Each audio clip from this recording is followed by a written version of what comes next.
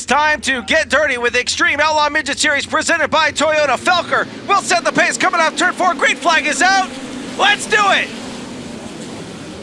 Andrew Felker slides high coming off turn 2, and here comes Jade Evandisian right to the point. Felker again will throw the slider down in turn 3. Did he get a tractor tire? He'll fall back to 3rd, maybe 4th. Lap 1 in the books. It's Evandisian out front. Daniel Whitley sits 2nd. Felker, Miller, and Reimer, your top 5. Taylor Reimer working that low part of the racetrack in that Buzzballs 25K, sliding up right alongside her teammate Gavin Miller. Daniel Whitley trying to pull away from the 25Ks. Now Miller in that red and white Eibach 97 shoots to the inside, though we got one stopped over in turn 1. Track 19AZ not going to make the call. Evandisian will set the pace as the green flag comes out. We're back underway. Gavin Miller taking a look to the inside as they go 3 wide. The 58 car slides the 71. New leader, it's Daniel Whitley. Coming off turn 2, here comes Gavin Miller trying to throw the slider on the 58.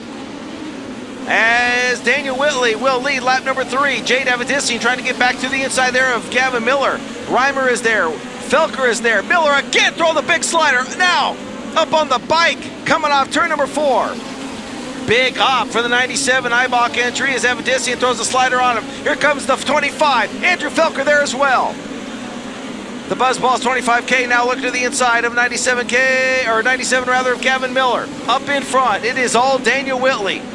Working that outside part of the racetrack. We got one stopped over in turn number 3. It looks like the 26 of Chance Crum. That's your top 10. Green flag is back out. We're underway once again. Great restart for Daniel Whitley as he pulls off turn number 2. But here comes Jade Evandisian with a big slider in turns 3 and 4. 71 car throws a monster slider, and she will retake the lead. Whitley back to the inside of turns 1 and 2. Can he get it done once again? Crossover move, and now we got problems over in turns 1 and 2. Red lights on the racetrack. 5 is the 71 will set the pace once again off turn number 4. Green flag is out. Good restart for Whitley as he'll take a look to the inside in turns 1 and 2. Big slider for the 58. Right back to the inside goes Jade. Joe B. Miller gets by Taylor Reimer, now moves into 3rd. Reimer trying to fight back on the outside part of the racetrack, but Joe B. Miller is on the move. Miller now to the inside of the 58 for the 2nd spot. And there goes Taylor Reimer throwing a big slider on Joe B. Miller. Both Millers going at it, coming off turn 4. Gavin on the outside, Joe B. down low. Zach Dahm working the low part of the racetrack. Miller right back to the inside of the 7U. Zach Dahm trying to get into the top 3. Meanwhile, it's still Jade Evandisian out in front. Left of your screen, we got cars upside down in turn number 2. So it looks like the 08 of Cannon McIntosh upside down over there in turn number 2. And you can already see him climbing up out of the race car. Evandisian to set the pace one more time coming off turn 4. Green flag is out. Gavin Miller going to take a look to the inside in turn number 1. 4 wide for a moment through turns 1 and 2. 4 wide as they exit turn 2. Zach Dahm to the inside. Daniel Whitley feeling pressure from Taylor Reimer. Dahm in the 7U working the low part of the racetrack. Taylor Reimer gets sideways coming off turn number 2. 3 wide. Once again, almost 4 wide. Daniel Whitley to the inside. The 58 takes over 2nd one more time. Zach Dahm working down low. Miller up on top. Joe B. Miller there as well. Look at that. 4 wide again coming off turn number 2. Gavin Miller falling back as he feels pressure once again. Joe B. Miller up there as well. Jade Evandisian half a straightaway advantage over now. Zach Dahm runs in 2nd. Left of your screen as Gavin Miller tries to throw the slider for the 3rd spot. He'll get it done. Whitley back to the inside. Reimer is there. Joe B. Miller is there. Carter Surf is there. Miller back to the inside again. Here comes the Abacus Racing 58 trying to take over 3rd. Daniel Whitley, Taylor Reimer, Gavin Miller, Joe B. Miller all going at it. For 3rd on back, they are still almost 4 wide coming off turn number 2.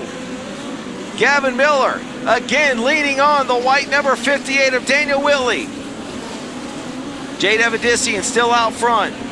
Check that, Zach Dahm runs in 2nd. Daniel Whitley still holds on to 3rd. This is the battle. 3rd, 4th, 5th, 6th, 7th on back. Zach Dahm working down low. Will traffic come into play? 6 to go for Jade. Meanwhile, beating and banging, that's how we're racing here tonight at Del Run Raceway. Joe B. Miller throws the cone up into the middle of the racetrack. 51B into the cone, debris. It turns 1 and 2, and we are cautioned once again. Oh, does Zach Dom have anything for Jade Avedissian? Avedissian on the gas, coming off turn 4. She gets a great restart. Dom right back to the inside, and we're underway again. Zach Dom working down low. Avedissian has decided she is going to run the top no matter what. Zach Dom trying to hit his marks. 27 in the books. Dom now through the middle part of the racetrack, trying to get around the 71. Off turn number 2 they go into turns 3 and 4. 2 to go this time by for Jade Avedissian, looking for her second win here in 2023. Side by side as they cross the stripe. Zach Dom trying to get it done, coming off turn number 2. White flag coming out. This time by for the lead. Dom on the outside of Jade Avedissian. Zach Dom shuts the door. Daniel Whitley now trying to run them both down as Dom will lead down the back straightaway. Avedissian in second. Whitley goes high. Zach Dom trying to hold her off. They come off turn number 4. It will be the Dominator getting it done here tonight at Doe Run. He says he climbs out of the race car. Ladies and gentlemen, let him hear you. The Dominator wins here tonight at Doe Run. I'd already been moving around, you know. When her crew chief told her to come balk me on the last couple laps, I knew they were screwed. You know, she had done nothing but pound the fence the whole race, so I knew she didn't know where the bottom was. I mean, I wasn't on the bottom, I was in the middle, and I kind of floated around and, you know, just kind of ran everywhere. So, you know, once she did that, I didn't want to show my hand too soon. I knew we were running out of laps, but I knew as soon as I rolled up beside her, she would try to slide me or you know, try to run me up the racetrack, which is what you got to do. And so I just wanted to make my move at one swoop, you know, that way I didn't give her a chance to get back ahead of me there. But hell yeah, I can't. That was pretty cool. That was technical. That was fun. That was what midget racing was all about.